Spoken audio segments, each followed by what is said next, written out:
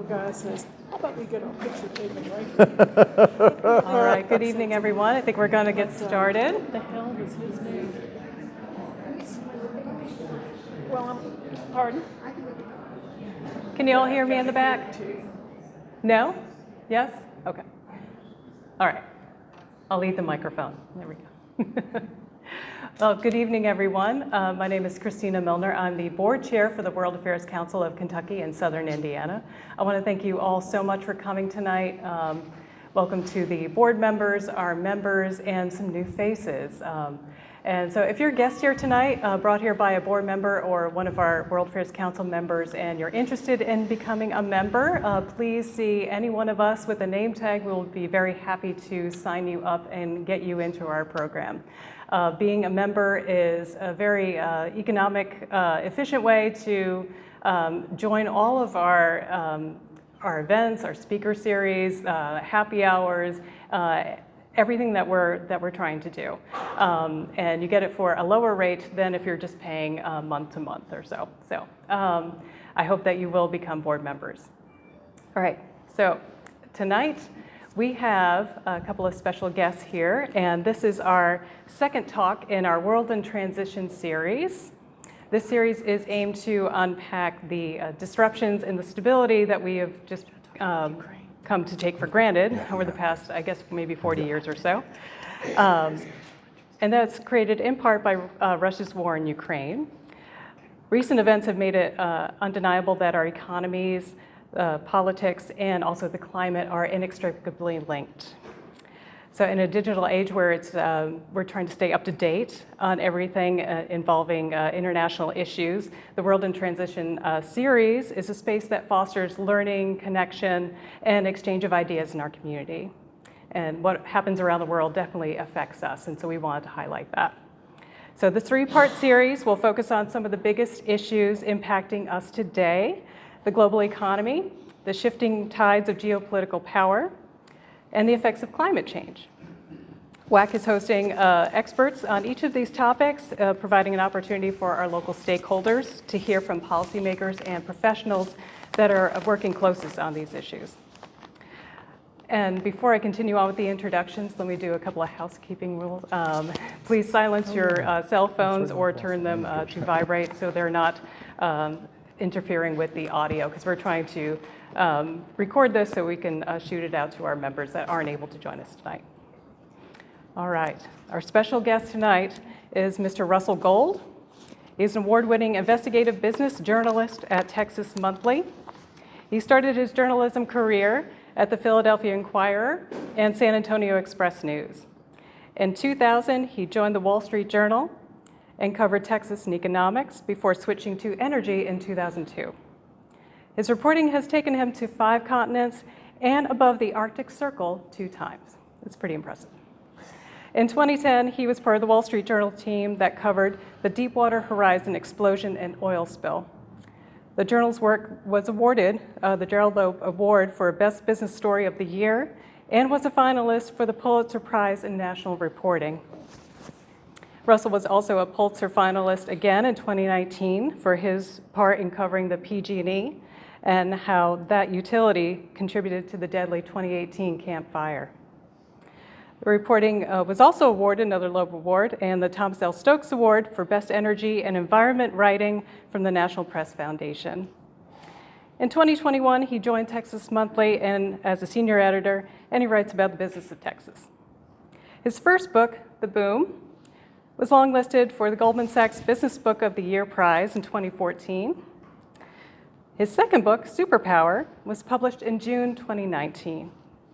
He earned a BA in history from Columbia University in 1993, and he lives in Austin with his wife and 2 sons. And tonight, moderating our discussion, we have our own Sarah Lynn Cunningham, co-founder and executive director for Louisville Climate Action Network. Sarah Lynn is a licensed environmental engineer, educator, and for 50 years has been an activist. She started very young. She holds 2 interdisciplinary degrees from U of L, a bachelor's in applied science and environmental engineering, and a master's in environmental education and environmental history. After retiring from civil service, she began applying her practical experience to achieving clients' energy efficiency and renewable energy goals. After joining the International Climate Reality Project and being licensed by Al Gore to give her version of an inconvenient truth, she co-founded Louisville's Climate Action Network.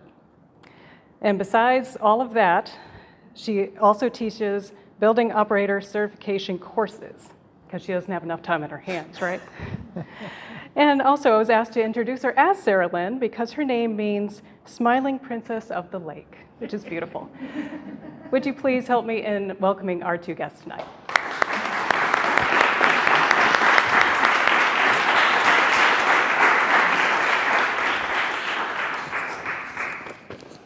Thank you for coming out. I was going to start off by saying I bring you greetings from Odessa, Texas, but then I realized the title of my talk should actually be From Odessa to Odessa, because that's really, in some ways, what we're going to be talking about today, how the U.S. energy, what's going on with U.S. energy, and how the war in Ukraine has upended that. But before we get into that, I wanted to start off by saying, imagine for a second if I had come to you in 2002, 20 years ago. We still had phones that were tethered to our walls. There was this cool new company out there which was delivering movies to our houses in red envelopes. They had yet to begin streaming services, to experiment with streaming services. Actually, the one company that was experimenting at the time with streaming services was Enron, but that dream collapsed into bankruptcy. So imagine if I had come up to you in 2002 with the following vision for 2022. We're going to build giant fields of machines to harvest the wind and generate electricity.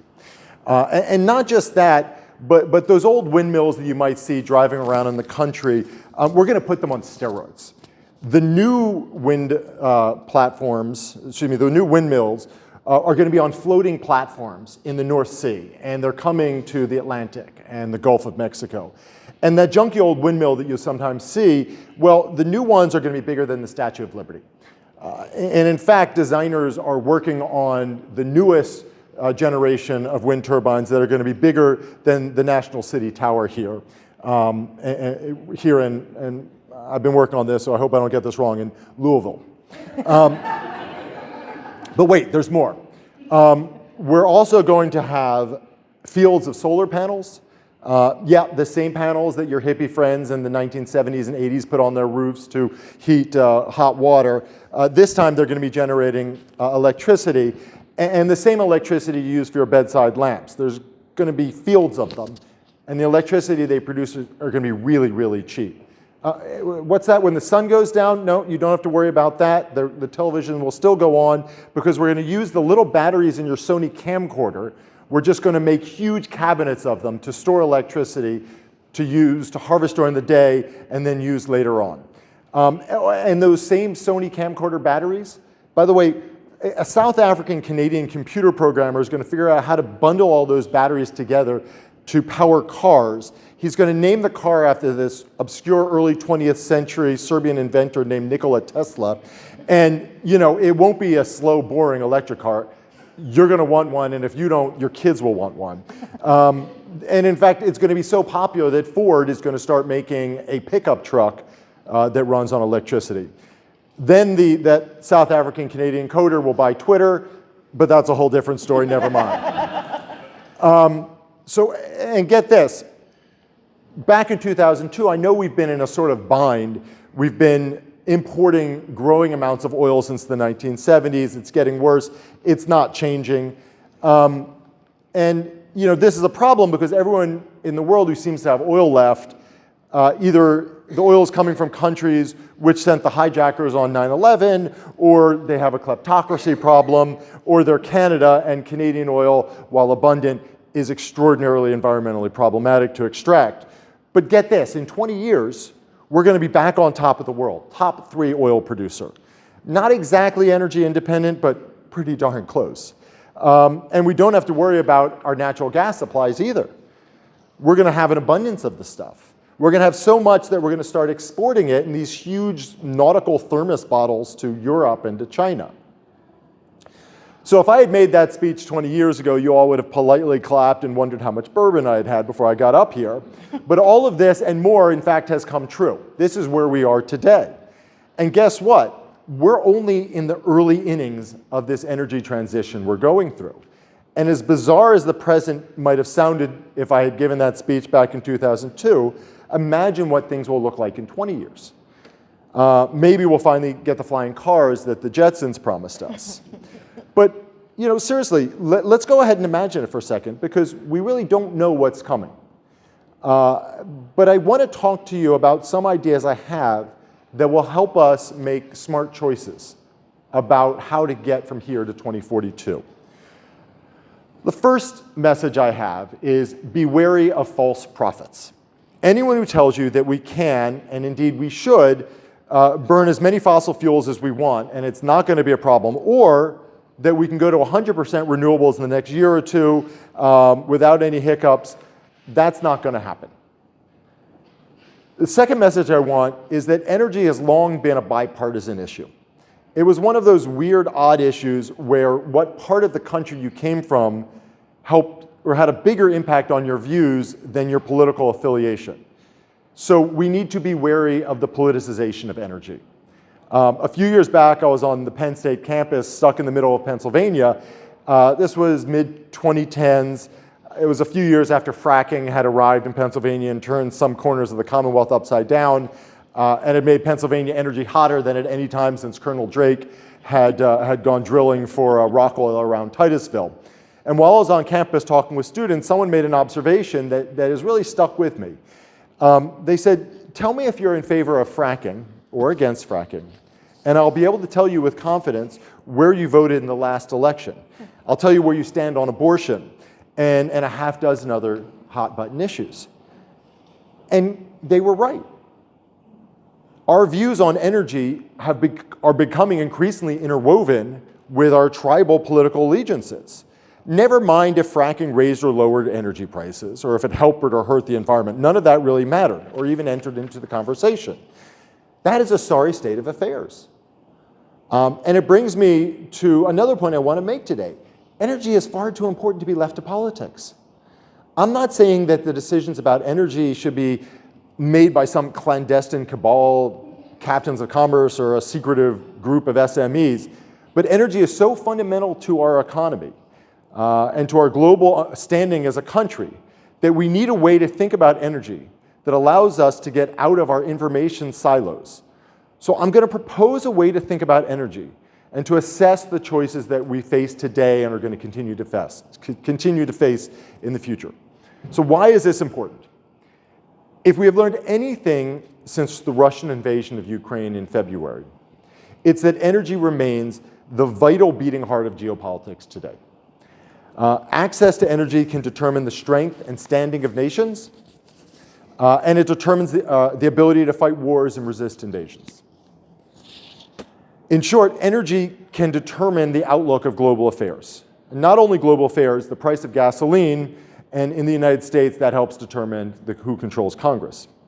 So we need to look no further than how the German over-reliance on Russian oil and gas has turned into an enormous geopolitical weakness. By contrast, the US abundance of energy has been and remains a significant source of strength. As I said, we're a top 3 oil producer. We're one of the largest natural gas exporters in the world. We produce and have the land and capacity to generate large amounts of electricity from renewables. We forget that at our peril, what a large energy producer we are here in the United States. So this gets me to my overall point. How should we think about energy? How should we determine what energy sources to promote with tax credits and which ones to let slide into irrelevancy? So let me propose an acronym that we can work off today, and that's CARE. It's a way I use to think about what's important in energy and to assess what energies make sense. So the C in CARE stands for clean. We should absolutely want our energy sources to be clean as possible. Who wants to go back to an era before catalytic converters, when cars routinely coughed black clouds that smelled of burnt petroleum products? I don't. Who wants to leave behind sacrifice zones for our children and grandchildren, areas that are essentially uninhabitable because of the destruction that can come with energy production? We have made great strides in cleaning up our energy system, but we have more work to do. And as with each letter of the acronym, I want to be clear about this, none of these should be treated as absolutes. We do want an energy system that's pristine, but we don't want it to be pristine but crushingly expensive. So which brings us to the A in CARE. And the A is for affordable. We need our energy to be affordable. Not cheap, but not so expensive that paying off electricity and heating bills eats up such a large portion of our family budgets that there's little left over. And this is as important for homes as it is for businesses. Energy can be a huge input cost. Diesel for trucking fleets, air conditioning for big box retailers, natural gas to make fertilizer, and so on. Energy is an enabler. It helps us do things. We don't really want barrels of oil or cubic feet of natural gas or short tons of coal. We want warmth. We want light when the sun goes down. We want to be able to get from the suburbs to the city 30 miles away without walking all day. Energy is our servant, not our master. We want energy for what it provides us, what it allows us to do. And it helps us remain comfortable. It helps us read after the sun goes down. It enables us to undertake all sorts of activities, from going to the movies to smelting aluminum. If energy becomes unaffordable, all of those activities also become unaffordable, and economic activity contracts. All but one of the 11 US recessions since World War II were preceded by a sharp increase in the price of crude oil. This was an observation made by James Hamilton at the University of California, San Diego. So November 1973, the OPEC oil embargo begins. There's a 51% price increase in oil, and the recession begins the same month. In October of 1980, the Iran-Iraq War, 45% increase in the price of crude oil, and a recession begins 7 months later. We saw this in 1990 with the Gulf War. In 2007, we started the year at $54 a barrel, closed at 92, and guess what? The US went into recession later that year. So the pattern appears to still be holding. We saw a significant price run up at the end of last year in energy and into 2022, and we've seen 2 quarters of economic contraction this year. Can you take some pictures? Last month, the International Energy Agency warned that OPEC Plus's decision to curtail oil production threatened to raise oil prices to a level that would tip the global economy into recession. It said oil prices may prove the tipping point for a global economy already on the brink of recession. So, clean, affordable. We also want our energy to be reliable. That's the R for reliable. What good is a clean source of energy that is affordable, but every few months we have rolling blackouts? And what good would a new liquid fuel for our cars and our trucks be if every few months we had to wait hours in line to get a couple of gallons?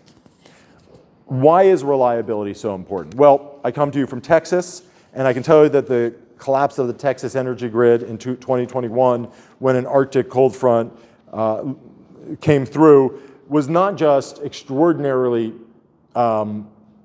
scary, but it led to an estimated 700 deaths in the state. I've come to believe, after years of studying energy, that there's this thin electric line that keeps modern Western societies functioning. Ask yourselves, how long would life here in Louisville continue in a recognizable form if there was no electricity, if there was no gasoline?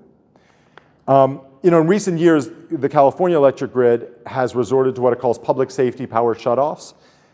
They literally turn off, they give people advance warning, but then they turn off large sections of the grid in order to prevent wildfires. Because when the winds come through, they've essentially learned that their power lines get blown over and it causes wildfires.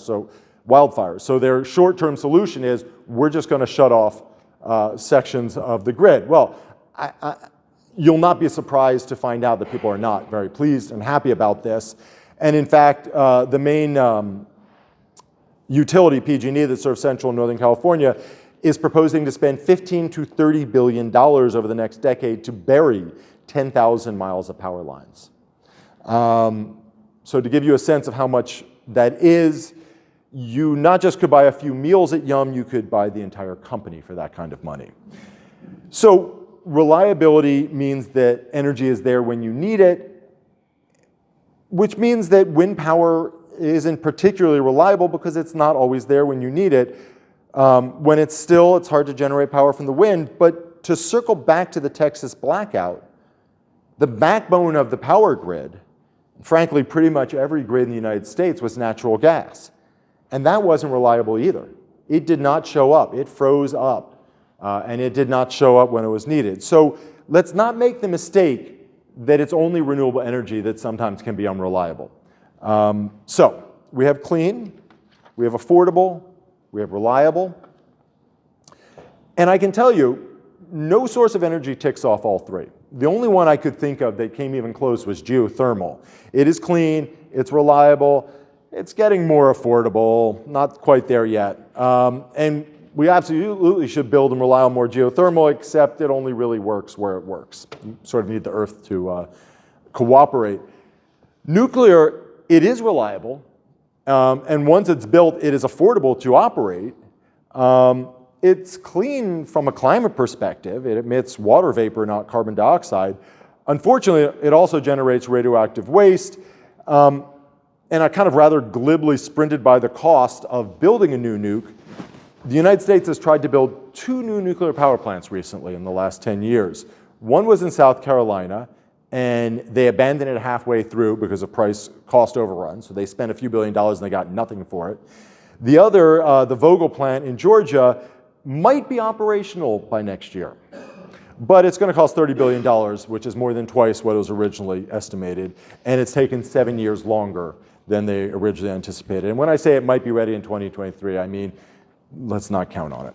So existing nukes, by all means, keep them running. They are clean, they're affordable to operate, but building a new nuke, that's a recipe for blowing a giant hole in your pocket. Renewables, they are definitely clean, check. Affordable, very much so. Inexpensive to build and operate. Reliable, not so much when the sun isn't shining, but that's why there's a big push on right now to build these, the giant batteries from the Sony camcorders that I was talking about. And when I say that, I'm actually being serious. The lithium-ion battery that was developed in the Sony camcorder is exactly the type of battery that's now being used in a Tesla and with all these giant utility-scale batteries. Slightly different, but essentially the same thing. And unfortunately, when you add on batteries to renewables, they become slightly less affordable. Energy is a complicated business. And I really wish we spent more time thinking about it. But before we go on, I want to give you the E in care. And a year ago, before the Ukrainian invasion, before the invasion of Ukraine, before Russia flexed its geopolitical muscles, I might not have even included the E. But maybe that's because we had all been lulled into a little bit of complacency about this. But in my view, the E stands for enemies or enriching. And what we don't want is for our energy purchases to enrich those who wish to do us harm, or to enrich those who want to line their pockets and create kleptocracies. If you doubt that, ask the European Union leaders what they feel about becoming so dependent on Russian fuel. There's a billboard I've seen popping up around Texas recently as I've been driving around. It says, "Biden, get oil from Texas, not terrorists." So those guys are really leaning into the E, trying to promote Canada's also getting into the act. Like I mentioned earlier, Canada has this huge amount of oil. It's what's known as tar sands or oil sands. Very gunky, very dirty. Extracting it from the earth has all sorts of environmental problems. It's neither clean nor affordable, but it is very reliable. And so the Canadians have, the Canadian Energy Center has launched ads recently in the United States which say, "Our oil and gas comes in peace." And I think they're trying to lean into the E there. It's not a too subtle dig at Russia and Saudi Arabia. So if we purchase energy from nations who will turn around and use those petrodollars to promote kleptocracy, to destabilize democracies, if we enrich nations who seek to invade their neighbors and undermine global security, then frankly, we're whistling past the graveyard. we're ignoring the long-term consequences of our spending, and we're hoping for a good outcome while we fill up our tanks at less than $3 a gallon. But make no mistake, the future wealth of Russia and of Saudi Arabia is inextricably tied up to developing their vast reserves of oil, respectively in the Arctic and in the Empty Quarter. They're petrostates. And if investors pull out of oil, the future of these nations may well tip over. So if you wonder if Russia and Saudi Arabia have any financial incentive to scuttle climate talks or to use social media to divide the United States over climate, well, yeah, they do have financial incentive, about $1 trillion of them. If we can generate the fossil fuel and renewables we want here in the US, then we don't have to worry so much about the E, the enriching our enemies. And here, there's some really good news. We generate all the electricity we need here in the United States. We're essentially self-sufficient in oil production. But there's one more definition for E I want to get at, and that's efficiency. Because here, if we use energy in a more efficient manner, if it is cleaner, it's more affordable because we use less of it, it's more reliable because there's more left over. And it should not surprise you when I say that there is no silver bullet out there. There's no abundant fuel source that checks every box. Back in 1954, the head of the Atomic Energy Commission promised that electricity would soon be too cheap to meter. He was talking about fusion energy, which you saw just around the corner. It would be clean, it would be reliable, it would be domestic, affordable. Well, we're still working on fusion. Nuclear power plants run on fission, splitting up of a nuclei into smaller nuclei.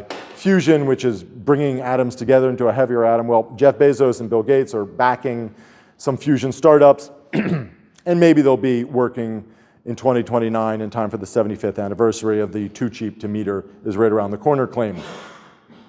Diversity of our sources is key, using the various energy sources we have in ways to amplify our strengths. Renewable energy is clean and affordable. Let's use it to keep electricity prices down as much as possible while we rely on natural gas and nuclear for reliability. So I suggest that we should be using this CARE metric or the framework to think about what energy sources to encourage and to invest in. But we also should be thinking about how to improve each of our energy sources, and we can use CARE here also. There's this Houston-based energy company called Occidental Petroleum. It's over 100 years old. It is best known over its history for developing California's oil and gas fields and Libya's oil and gas fields. Today, it's mostly focused on developing oil from the Permian Basin out in West Texas. It's the 5th largest oil producer in Texas. For years, it had this specialty that no one paid any attention to, and that was producing hard-to-extract oil by injecting CO2 into the formation, which sort of gives a little fizz, pushes the oil out, and the CO2 remains there. They didn't set out to figure out how to pump carbon dioxide underground for long-term storage, but they kind of, fell into being a leader in carbon capture and sequestration. So Oxy last week announced this deal, 106,000 acres that they agreed to with the King Ranch down in South Texas, where they're going to pump CO2 out of the atmosphere and inject it deep underground, locking it away for, hopefully for an eternity, but even if it's just for a century, it'll still buy us some needed time right now. So Viggy Hollub, the CEO of Occidental, and remarkably only the 4th CEO of the company since 1957, recently made the case that the world is becoming more volatile and energy security is important. I agree with her. Oil isn't going anywhere in the near future. She's probably right about that. And she also said, look, we can extract CO2 from the air, inject it underground, get oil out, and even after you account for all the CO2 from using that oil, turning it into petroleum products, combustion in cars, we're still going to come out ahead. She called it better oil. Now, is she right? Time will tell. But I applaud that she's at least thinking along those lines.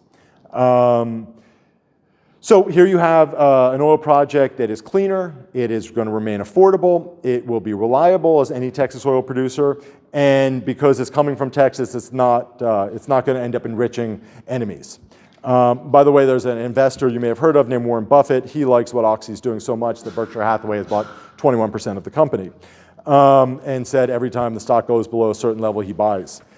So Similarly, Texas is becoming a home to this huge boom in solar and battery projects, which I mentioned earlier. These are giant batteries that will store the electricity from solar farms, and then when the sun goes down, we'll use that electricity, put it out onto the grid.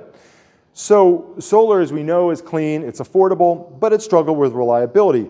But here is a way to upgrade that, to add in reliability, and then you also, because once again, it's being produced domestically, you have the benefit of the E. So both of these approaches should be applauded. I began today by asking you to put yourself in the position of being in 2002 and having 2022 described to you. Imagine how fantastical it would have sounded. And I have no doubt that 2042 will bring us equally flabbergasting changes. We're funneling enormous amounts of capital right now towards new energy technologies. Our schools are disgorging enormous numbers of graduates that are ready and willing to redesign and replumb and rebuild the world. And at some point, you will be asked, as a voter, as an executive, as an investor, as a utility ratepayer, what do you think? Which direction should we be heading in? What should we be investing in? Should we be putting money into natural gas or to the hydrogen economy? And I hope that you lean in and you say, thanks for asking. This is actually a subject I care quite a lot about. So thank you very much.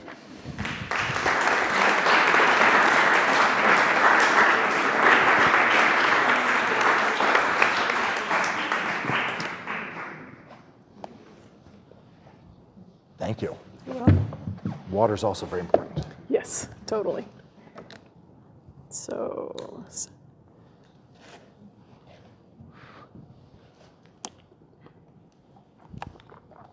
testing, is it on? Okay. Well, maybe there's a volume. We can but- share? Yeah, there. I don't see a volume. There? Now it's on. working. Okay, it had a delay. Excellent. So, thank you. You welcome. covered a lot of territory. I want to say, I suppose, that I like your CARE tool. Okay. And of course, I have some thoughts that I want to ask you about it. And I think my chief concern is that if it's not clean, if it's going to create greenhouse gases, then I think it's a serious, serious deal breaker because we are so on the brink. And I think that it's important to point out, as I'm sure you know, that if we stopped emitting greenhouse gases right this minute, we're still in deep doo-doo. Right. Because carbon dioxide sits in the atmosphere for a century, and some of these greenhouse gases last much longer than that. So we have to do a lot. So it seems to me that even if it's affordable, and even if it's reliable, and even if it's domestic, we still have to make it be clean. And I think the one question I would like to start with is, what are your thoughts on a carbon tax or cap and trade? I prefer carbon tax because I think it's more effective.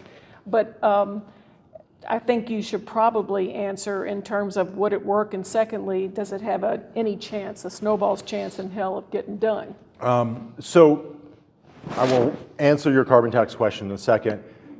Just reflecting on the first thing you said, I would about the importance of clean and how you would put that first amongst equals, basically. I would say that I would think about it slightly differently.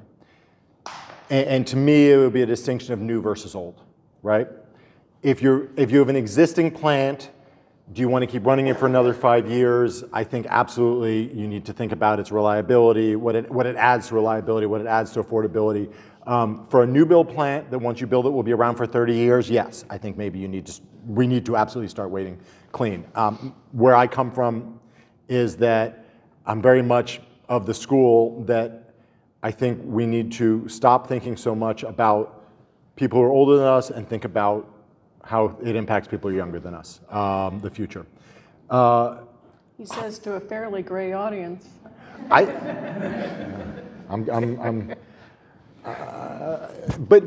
I think so much of our politics over the years has been how do we think about, it's been very geared toward retirees, it's been very geared toward, and I think that's fine, but right now, because of what you're saying, because of the environmental issues, we need to be thinking, what's the impact of the future and of our kids?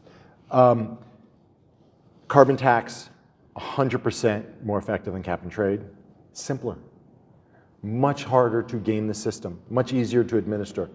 I don't think it really has much chance in the near term. Look no further than the Inflation Reduction Act. Did they, which was the biggest bite of the apple that Congress is going to take in a long time. Yep. There's very little new taxes there. There are lots of credits. There's lots of incentives. There's lots of carrots and very few sticks. But there are some sticks in there. There's people have been paying attention, but there's the methane leakage stick. Methane is natural gas. In a couple of years, if you're leaking natural gas, you're going to have to start paying, what is it, $900 a metric ton? I mean, a not insignificant amount of money. So there's some sticks that are floating out there that we'll see. We'll see if they start biting. Cool. I wanted to mention, you talked about there's no silver, this is my speech impediment. There is no silver bullet. Yeah. There is no silver bullet, we agree. But there is silver buckshot. Right. And that's what I think is so cool, is that there's something for everybody and for different parts of the country and that sort of thing. I think the next thing I wanted to ask about is the structural impediment of investor-owned utilities. And I think it's important to say, as somebody who's an environmental engineer who's worked for utilities, but as a climate activist, we started to have for-profit, investor-owned, natural monopoly utilities for a good reason.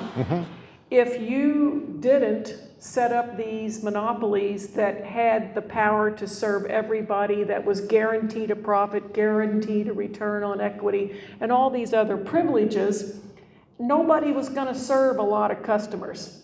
You would only need to go to Waddy before the utility company would say, I'm sorry, you're not getting service. That's 2 miles off the interstate.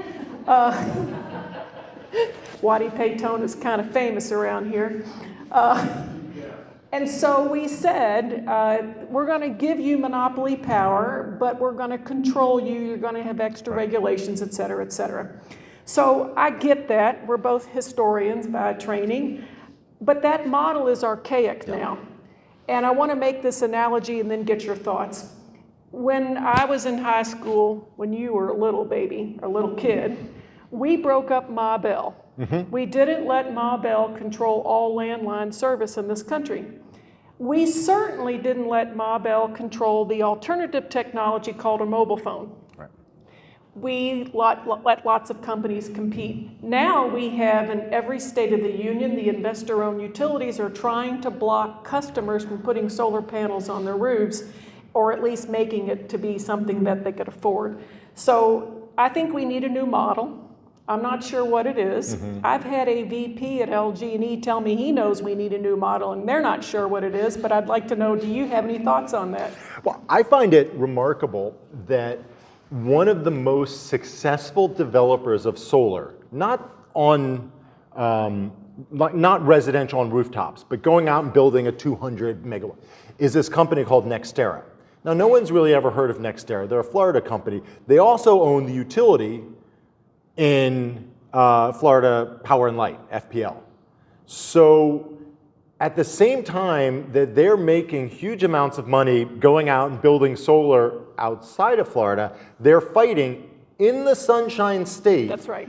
Rooftop solar, because it cuts directly into it. That's right. So yeah, I have seen investor-owned utilities be an enormous hurdle. But I've also seen, and this gave me a chuckle. Who was it? It was either Biden or Pete Buttigieg. I can't remember which one, but during the last election cycle, talking about how we need to lean in and use more of our federally owned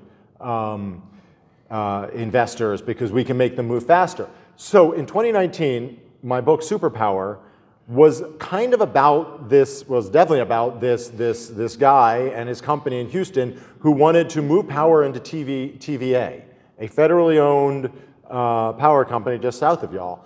And It's in part of Kentucky, actually. That has grabbed, okay.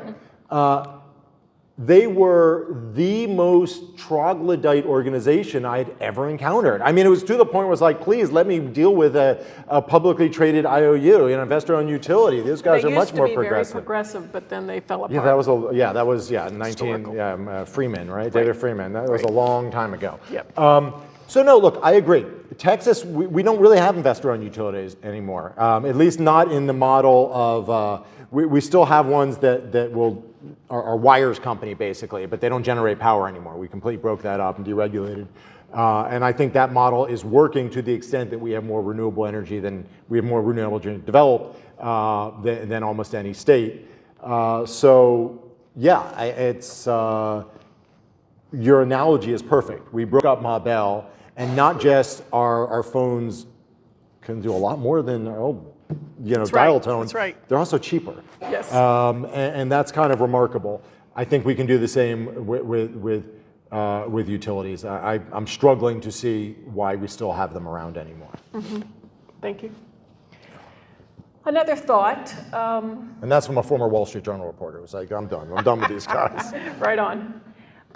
Another thought that I have is that working as an engineer or even an adult educator, adults aren't interested in energy efficiency or more efficient appliances or whatever if they don't think it has a short payback or a high return on investment.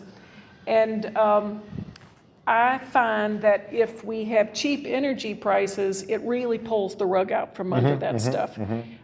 So I have some sheepishly admitted interest in raising energy prices enough to where it hurts because it inspires people to invest in efficiency. And if we did that, to be equitable, I would want to subsidize people who couldn't afford those higher prices, but I do think that when we yank the inefficient stuff off the market, it helps everybody. Do you have any thoughts on how we could do that? I think I have a little bit of disagreement with you because I don't think it makes the most sense to be selling solar or energy efficiency on the return on investment. Yeah, that's not what I really mean. Okay. What I mean is, for example, right now when LG&E burns coal, we are subsidizing it with ruined land and water in Appalachia. And we are subsidizing it with coal ash blowing across people's neighborhoods right here. There's all these externalities that oughtn't to be externalized. And if I were dictator, I would start to put the correction of those problems into the cost of the power, which would make it less affordable for poor people. Right. But I would be okay with subsidizing them so that we can cause everybody to go, I don't want to use this stuff anymore. I struggle. I have definitely heard that argument, and I've had economists make the argument to me that that's the most efficient way. I think what we should concentrate on right now is making the new in energy more fun, in showing why it's better.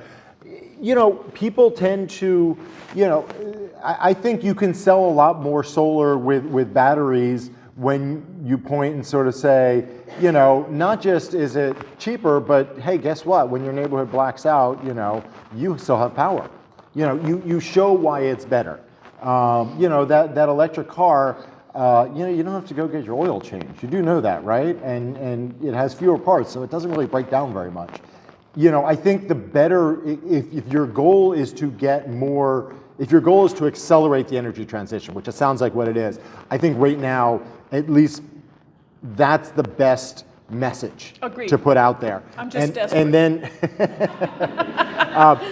and then behind the scenes, I know there's been talk about a floor, for gasoline prices, so that if they crash in the next couple of years, you don't step back take a big step back for environment for EVs. I don't think even if we go back to $1.75 a gallon, people are going to give up on EVs. I think we've crossed the Rubicon. People are moving forward. They are just simply they're better vehicles. What I would like to see is that people had to pay so much for gasoline that when they could take the bus, they would. Yeah. And that seems to be a real, most people think the bus is for people who have to take it, which is disappointing. We have an obesity epidemic in this country, And research has shown that if you just walk from home to the bus stop and then walk from the bus stop to the office or whatever and back, and then you usually walk for errands or lunch during lunchtime, that people lose weight. And sometimes I think there's all kinds of benefits that we don't know and use. I think the best selling point for buses is that they have free Wi-Fi now. You know, you tell people it has free Wi-Fi, you're sitting there in a cool air-conditioned bus and maybe you're doing, you can tell yourself you're gonna do work, but you know, you're probably just gonna check on the scores or watch a show on Netflix or something. But no, I agree with you. We were having this discussion earlier, you know, it'd be great if everyone took EV, you know, if everyone went from internal combustion to EVs, but would it be even greater if people cut down their number of trips? Yes. I drive a Tesla, it's bright red, and I call it my dude magnet. Because wherever I go, I get male attention. Can you answer me, why is it that Tesla owners disproportionately seem to have vanity plates? It's a thing. Why? There is I don't understand there's it. a Tesla Model 3 Facebook page. Yeah. And there's always this running dialogue about clever vanity tag Yeah. names. I don't know. It's people, they're into their cars. I donated a kidney to my father, and my parents gave me that car as a surprise. very nice gift. So it's Yeah. red, and my partner calls it my kidney, red kidney car. My favorite vanity plate I've seen on Tesla is, I think it's MPG LOL. Yeah. Well, because our MPG, I think mine's 147 miles to the gallon equivalent. You know, so if you look at the BTUs. I think that I am ready to say maybe we ought to open it up to the gang here Sure. and see what they have to say. And I think we need to share Mike. Yes, that's right. That's right. Thank you. You want to do that, John? Thank you for reminding me. Yeah, sure. I know it's a minor thing, we didn't talk about geothermal, but anyway, I have another one. You know, most of our gas is fracked in this country.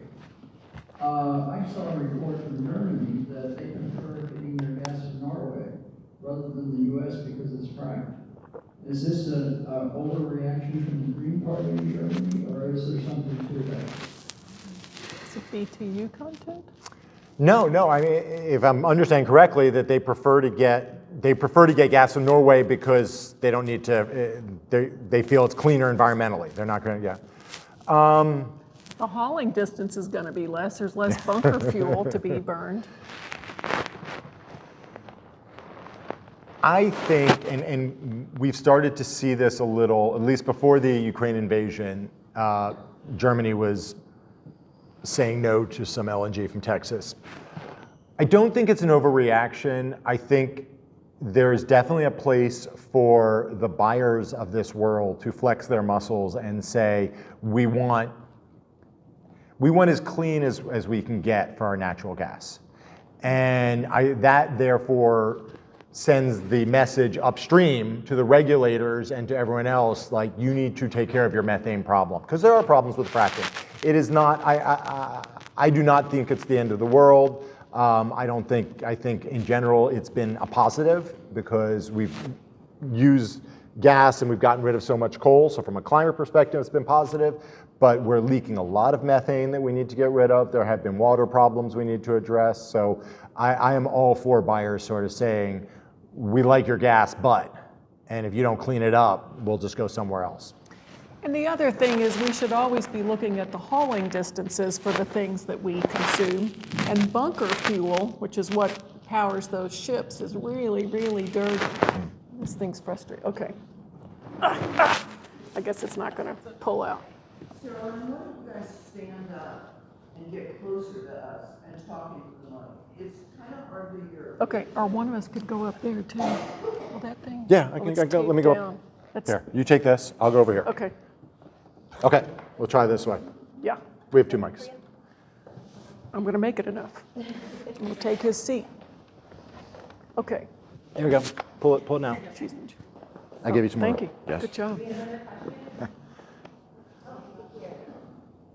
Considering the cost of solar panels for an average house, long years would it take to make up the difference, of what you spend on electricity? So it depends on where you are. 15 to 20? No, not anymore. No, 10 to 15, depends on how much it costs to install That's on top. the thing. Yeah, okay. Around here, it's very common that the payback period, if you get Chinese-made equipment, is 7 years. Okay. If you get US-made equipment, it's going to be more like 10. Okay. Yeah, but the payback, if you pay a whole bunch for power like they do in some cities, the payback takes longer. We don't pay much. It actually makes ours, the payback in those cities, it's shorter. The payback here is actually longer, but I'm giving you Kentucky data. How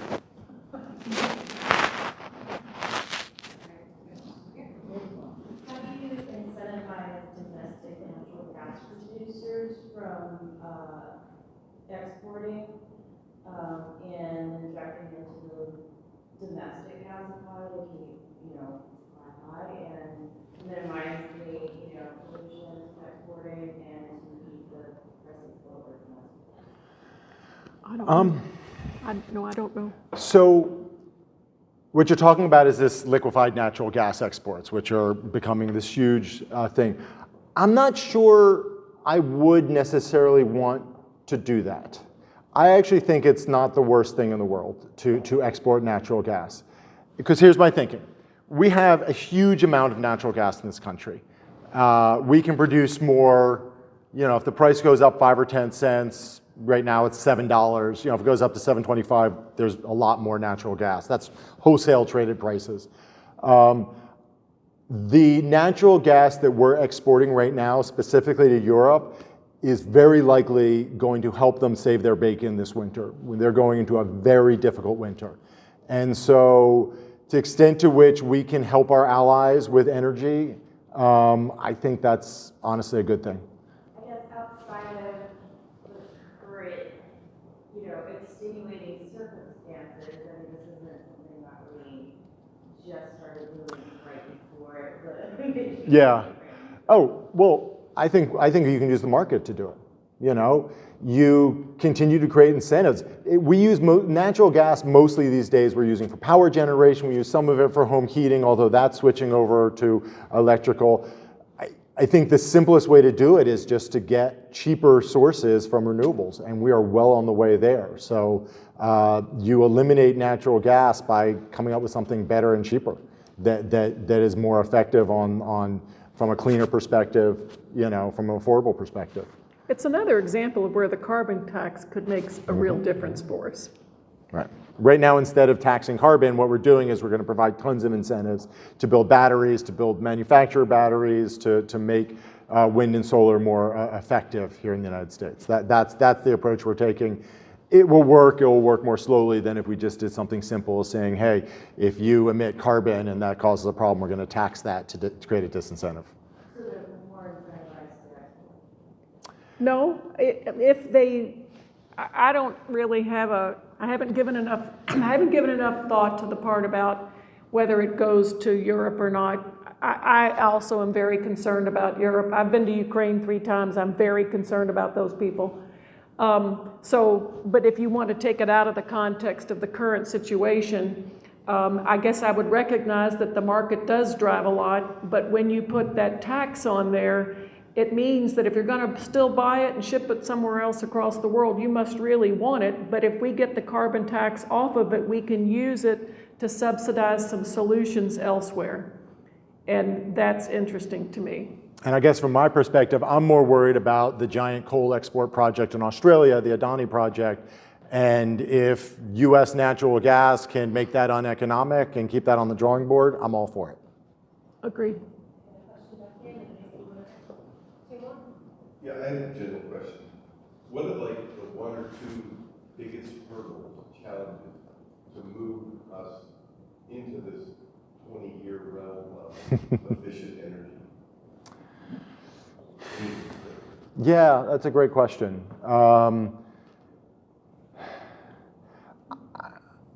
I think the biggest hurdle we face right now is that the incumbent sources of energy are not going to give up without a fight and have very deep roots in politics, in communities, and are not just going to roll over and sort of say, "Oh, you got us.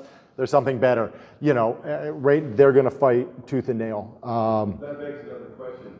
Why can't they be included in the process? Right? You would think. Oh, the door's open. They just have chosen not to. I mean, it's a classic. What's it called? The inventor's dilemma, right? You know, why is it that an incumbent industry almost never pivots and effectively gets the next one? Because there's a younger, nimbler group out there. NextEra is actually the only example of a big utility which is making more money now from building renewables than from others. Southern Company hasn't done that. You know, Duke is barely doing it. They haven't moved quickly enough. I thought I'd give a local example. When we wanted to have net metered customer-owned solar power in Kentucky, we negotiated, we got some rules. They were pretty conservative, but it allowed us to get the industry going. And then the utilities decided they didn't dig that anymore. And so they wrote a bill that was written by the Koch Brothers Institute, actually, but they wrote a bill and they floated it in Frankfurt, and we did our full court press, and we beat them. We got lots of Republicans to side with us tree huggers. That doesn't happen too often. So the next year they brought it back, and this time they had professional PR people who even did things like called existing solar customers at their homes and said, "There's a bill in Frankfurt that's really going to help solar power. Could we put you through to your legislator?" And somebody called me and said, "Are there 2 solar bills going on?" And I'm like, "No, what are you talking about?" And she told me, and I did my research, it was the Koch brothers people. They were trying to get the solar people to advocate for this, and we worked really, really hard, and we still beat them. We got even more Republicans to back us up. And then they donated money to every Republican and 2 Democrats, and within a couple of months, the bill got slam dunk right through, despite all the best arguments. And that, to me, illustrates how hard they're willing to work to maintain the status quo. I used to regulate developers who built subdivisions, but they had to build sewage treatment plants in order to build the subdivision out in the suburbs.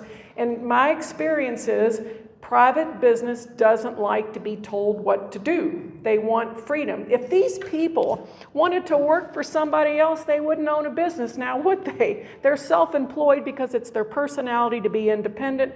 That's the way these companies are. They're willing to do some change, maybe, but on their terms. And it's a personality thing, but campaign finance reform, to me, is our biggest impediment to change. Earlier, I heard you link the cost of energy to maybe a recessionary backdrop, and I guess what I'm wondering about revisiting peak oil production in the world. I think the Permian was about had been tipping point, so onshore is pretty challenged. Russia is now excluded from some of the service productivity, et cetera. I'm not sure what the effect is going to be. I'm kind of wondering about peak oil production and the consequences. I'm not too worried about peak oil production globally. There's a lot of oil that can be produced out in the world. We keep finding more. 10, 15 years ago, that was a very big concern. Are we going to run out? There was this famous book called Twilight in the Desert by Matthew Simmons that sort of made the argument that Saudi Arabia was about to. We have been about to run out and hitting our peak about 8 or 9 times since Colonel Drake showed up in Titusville. So I don't lose much sleep over it. I'm much more concerned about shifting over to cleaner resources. I think that's a more productive way to be concerned at night. If you're gonna lose sleep at night, you're gonna be up at 2 or 3 in the morning, worry about that, not peak oil. Can you hear me all right? More locally, I'm concerned about the coal industry in particular. Are there significant efforts being made to shrink the dependence on coal coal miners, the whole ethnic, tribal group of people who have been mining coal for a lot of years. Can you just speak about some of what's going on in eastern Kentucky, Appalachia in general? And Western Kentucky. We've got 2 coal fields here. I would say that if you look at the data, and I have, and you graph it from your perspective, that let's just say for purposes of discussion in 1900, if you looked at the number of Kentuckians who were employed in the coal industry, it was up here. And it's been doing this all along. And it's principally mechanization. That if you can get rid of workers, especially, workers backtalk. A conveyor belt and a crane, what am I going to call it? The bucket, the drag line, those things don't backtalk. And so there's been this long history of eliminating those jobs. As long as those jobs are bad for people's health, that's a good thing, in my opinion. But it's a bad thing that we have hollowed out so many communities in this state to where they don't have the tax base because the land's ruined. They don't have the tax base because they don't have many people who are earning good incomes anymore. They don't have enough children to support their school district, so they stop having chemistry because there's not enough 11th graders to have chemistry. And they stop having lots of classes because they've hardly got any kids left. And they have electric utilities who have all these stranded assets, and that's getting passed on to these folks, and they're paying so much more for their monthly utility bills than we are because their utilities are overbuilt compared to their population. So clearly we need to fix all these problems. But here's my thought. There is no standard house to put in insulation. Their houses are built very differently over time. There's no standard replacement for windows, and there's no standard ductwork for furnaces and air conditioners. If you talk new houses where one company comes in and builds a subdivision of 200 houses, yes, that's standard. But for most of the existing construction, it varies a lot. There is no standard coal mine. Whether you put up the beams this way and the supports here, or you do it there, or you dig in this deep, or you run it this fast, that requires skills and judgment. You have to assess the situation, apply your skills, and use your tools for the particular situation. Who better to train to put energy efficient furnaces into people's homes? Who better to train to insulate the homes and the businesses and everything else? So I think we have a golden opportunity waiting to be tapped. We've got people who've got the ability to do the work with a little bit of training and drop people's massive bills. Yes, we're going to have to merge a few of these small utilities, but this is not an engineering problem. This is a social political problem that we could fix. And I harp on it all the time to legislators, but they're not listening to me so much. Do you want to add anything? No. Okay. We have another question here, and I'm afraid the microphone battery is dying. This helps me a lot. I just wondered, nuclear seemed to stall in the United States versus Europe. Is there a way, or is there anything going on to make that safer? Because I know it's a cleaner alternative, we can say. So when we talk about nuclear, we talk about generations of it. And we stopped building nukes basically in the 1980s. There was one left over, it was a TVA one, I can't remember what it's called, somewhere in eastern Tennessee. Yeah. They started in the 70s, they mothballed it, and they finished it a couple years ago, but basically we haven't been building them. And because we stopped building them, we also lost a generation of people who knew how to build them. So that's why we have these massive cost overruns. A lot of people are now looking toward the next generation of nuclear power plants. Much smaller, more modular. You can build them in a factory. You know, you can build instead of building them on site, you build the hearts of them in a factory, you put them on a train, you move them to where they're going to need to be. There's a lot of interest and enthusiasm in that. And I think if we're going to see a new generation of nuclear power in the United States, which I'm not opposed to, I think it makes a lot of sense, it are going to be some variation of what people call SMRs, or small modular reactors. Are you talking fission or fusion? What you got? I think it's going to be fission, not fusion, but just because I think fusion is still, you know, it's 10 years away and has been 10 years away for the last 50 years. Like fuel cell vehicles? Like fuel cell vehicles, yes. There's a reason certain technologies never quite make it. They're just not quite there. They're not I mean, ready. I drove a fuel cell minivan in 2004. It was made in Germany. I know we can do it, but what I want to add to that, having been an old no nuker, you know, there was a nuclear power plant that was proposed for 25 miles away, and it was a disastrous proposal. It was so expensive, and they tried to cut corners, and they found honeycombs in the containment building as much as 25 feet in diameter. Don't even get me started on all the things that are bad about it, but the principal one is the conservative estimate as to how long the waste will be toxic is 250,000 years, and as far as I know, no human language is around for more than 2,000. So I'm kind of like, in what language are we going to write the instruction book? But oh wait, we don't have a permanent repository, so there's no instruction book to write. And so if you look at the old map that they don't print anymore, that had red dots on where they think the bad guys would drop bombs in this country, there was a red dot over each of the nuclear power plants because they all had what they called the swimming pool with the highly radioactive waste in it. So I don't want to go there, but James Hansen, who's a retired NASA scientist whose opinion I respect a lot, he made a compelling case for fusion. So I would be interested in that.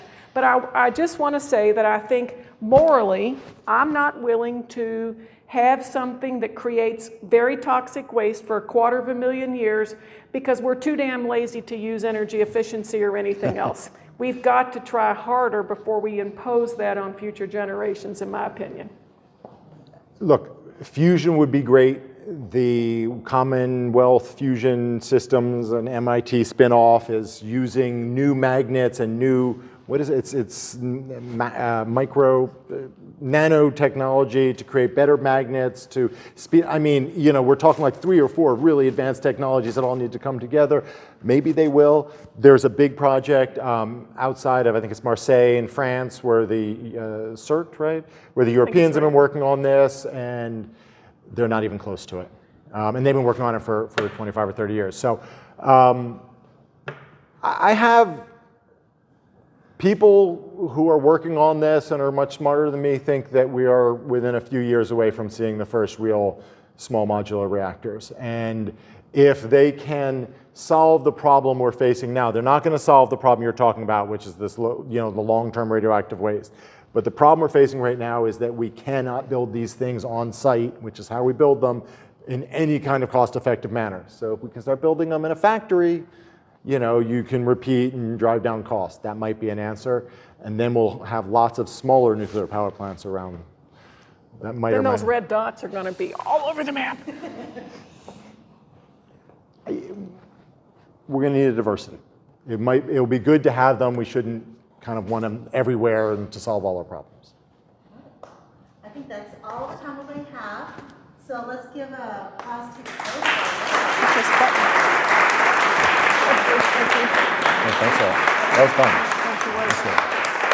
I don't see that. This is a different one, I guess. So I just want to say that's thank you to both of speakers, Russell, It's probably higher up. both from coming in from Texas, and Sterling has been so generous to kind of give her time when I called her and say, can you moderate this because you do so much work in this, and everybody in the community knows her, because one of the things that we want to do with our speaker series always is how do we tie the global to the local, to the regional, Yep. right? Why does it matter to us here? And more than ever, I think we all agree, probably more than ever, that a lot of things that we used to think that are global that's not really here is really very much here now. And so it's really important for us to bring people together and really see those linkages and those connections.